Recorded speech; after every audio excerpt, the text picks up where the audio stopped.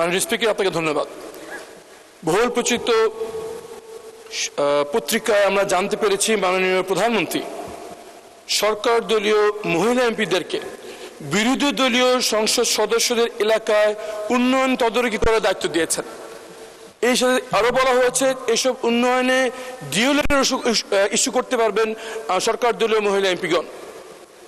এই তথ্য থেকে আমাদের মধ্যে এই বিভ্রান্ত সৃষ্টি হচ্ছে যে এই কাজ কি তাদেরকে এই জন্য দেওয়া হচ্ছে যাতে আমরা যারা বিরোধী দলীয় এমপি আছি আমাদের এলাকায় উন্নয়ন কর্মকাণ্ডে আমাদের কোনো হাত থাকবে না, এটা নিশ্চিত করার জন্য কি এই নির্দেশ দেওয়া হচ্ছে কিনা দয়া করে মাননীয় প্রধানমন্ত্রী আমাদের সামনে পরিষ্কার করবেন।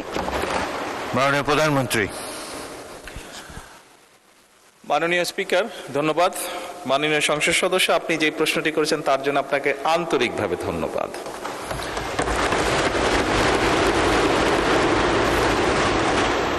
আপনি বোধহয় নিশ্চয়ই জানেন যে আমাদের দল থেকে এবং আপনাদের দল থেকে যে সকল নারী সদস্যকে সংসদ সদস্য হিসাবে নির্বাচিত করা হয়েছে কয়েকদিন আগে, সংবিধানে বা আইনে নির্দিষ্টভাবে তাদের কোনো আসন নেই। আপনার বা আমার যেরকম নির্দিষ্ট আসন আছে সেভাবে নির্দিষ্ট কোনো আসন নেই। খুব স্বাভাবিকভাবেই আমরা আমাদের রাজনৈতিক বা সাংগঠনিক যে কাঠামো তার ভিত্তিতে আমরা তাদেরকে দলীয় অবস্থান থেকে আমরা কিছু জায়গা তাদের জন্য নির্দিষ্ট করেছি তারা কোথায় কাজ করবেন। আপনার নির্বাচনী এলাকায় একজন জনপ্রতিনিধি হিসাবে আপনার সম্পূর্ণ হক আছে যে আপনি আপনার এলাকার নির্বাচন উন্নয়নের ব্যাপারে কিভাবে ভূমিকা রাখতে চান। যেহেতু এই সংসদ এই নারী নেতৃবৃন্দকে বা নারী সংসদ সদস্যদেরকে নির্বাচিত করেছে, খুব স্বাভাবিকভাবেই তাদেরও একই রকমভাবে হক আছে।